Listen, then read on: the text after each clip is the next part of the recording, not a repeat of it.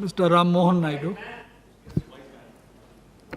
धन्यवाद सभापति महोदय, आपने मुझे इस एंटी डोपिंग बिल पे बोलने का मौका दिया है।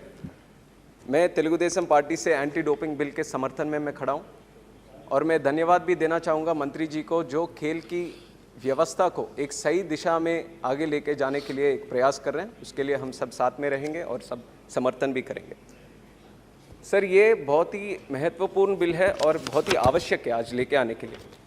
जो स्टैटिस्टिक्स, जो आंकड़े हैं अभी हमारे 2015 से लेके 2017 तक विश्व में तीसरे पोजीशन पे था भारत। उस टाइम पे लगभग 57 पॉजिटिव केसेस थे। उसके बाद अगर देखा जाए तो 2018 में 117 पॉजिटिव केसेस हुए, 2019 में 255 केसेस हुए।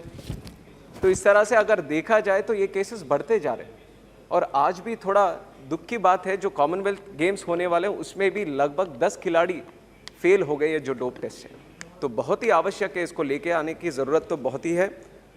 और बहुत डेलिब्रेशंस के साथ भी सेलेक्ट कमेटी के बाद बहुत ही legal experts, medical experts, sports के एक्सपर्ट्स सबके साथ डिस्कस करने के बाद ये बिल लेके आए।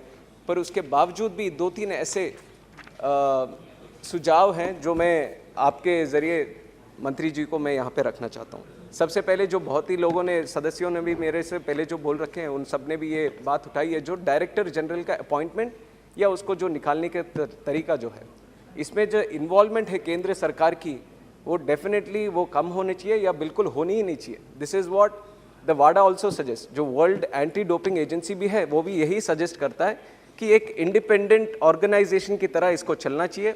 उसमें मिनिमम गवर्नेंस इंटरफेरेंस होना चाहिए ताकि वो अपने काम सही तरीके से बिना कोई इन्फ्लुएंस के साथ वो करे।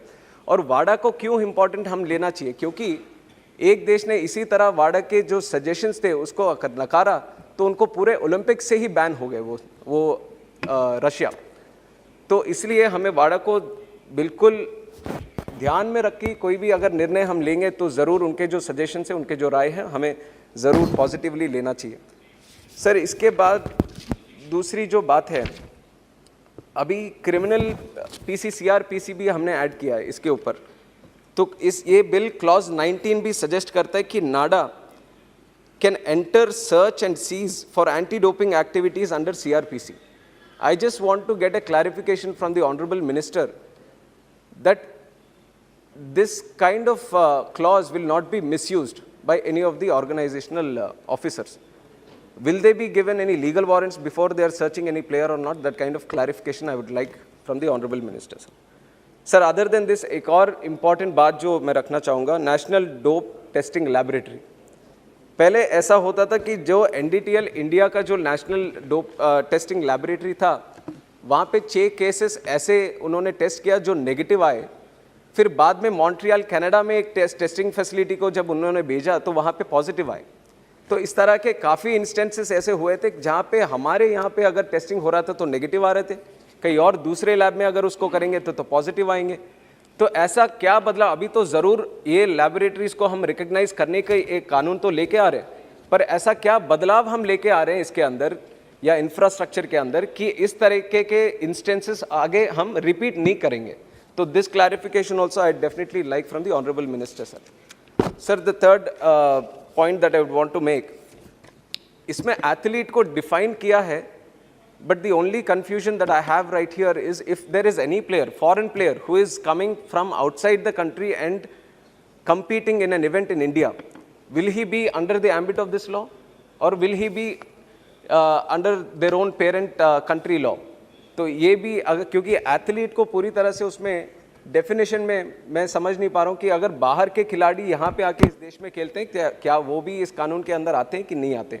तो वो भी एक बार क्लैरिफाई करना पड़ेगा सर। सर, इसके बावजूद sir, more like a suggestion जो बाकी लोगों ने भी दिया है, awareness is definitely a very important point that we should concentrate on. हम भी देखते हैं कि ज़्यादातर प्लेयर दूसरे लोगों के प्रेशर में आने के बाद, क्योंकि हमारे यहाँ पे है स्पोर्ट्स में कि मेक इट और ब्रेक इट, एक ही तरीका है कि आप वो टॉप में रहना चाहते हो तो परफॉर्मेंस पे ही बेस्ड है। तो उस दबाव में आकर काफ़ी लोग, कुछ लोग अनजाने में जाने में कुछ सजेस्ट करते हैं, तो उसके प्रभाव में आकर वो लोग इस तरीके के डोपिंग सब्सटेंसेस कुछ लोग यूज़ करते हैं परफॉर्मेंस एनहांस करने के लिए, but not with a negative intention. तो ज़रूर इसको टैकल करने के लिए अवेयरनेस प्रोग्राम्स जैसे पहले भी स्पीकर्स बोल चुके हैं, तो वो ज़रूर करना चाहिए सर। सर सारे पॉइंट आ गए। yes, I know, sir, but from my party also I have to make this. Sir, All your points have come. Two more points, I'll just close it, sir. Sir, the other point, we are seeing the sports competence of our nation by looking at the medals we win. सारे विश्व के competitions देखते हैं कितने medal आए, तो उस हिसाब से हमारे देश का स्पोर्टिंग अच्छा चल रहा है कि नहीं चल रहा। पर अगर सही तरीके से हम अपने कॉम्पिटेंस को, स्पोर्ट्स कॉम्पिटेंस को अगर देखना चाहेंगे, तो हमें अपने अंदर देखना पड़ेगा सर। गांव-गांव में देखना पड़ेगा, हमारे स्कूल्स में देखना पड़ेगा किस तरह का इंफ्रास्ट्रक्चर वहाँ पे बन रहा है, किस तरह से बच्चे वहाँ पे स्पोर्ट्स में जुड़कर वो अपने दिल से वहाँ पे खेल में वो शामिल हो रहे हैं, ये सब देखना पड़ेगा सर। तो इसके लिए मैं स्पोर्ट्स मिनिस्टर से रिक्वेस्ट करूँगा कि स्पोर्ट्स का इंफ्रास्ट्रक्चर स्कूल्स में भी इम्प्रूव किया जाए।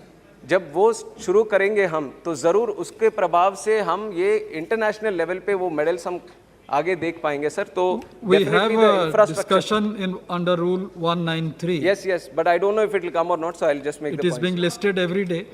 It will come. I thought only the reply is pending in that. ठीक। The discussion hoga, then I'll save my points for the later, sir.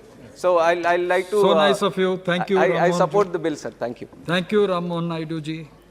Now I call Navneet Rana.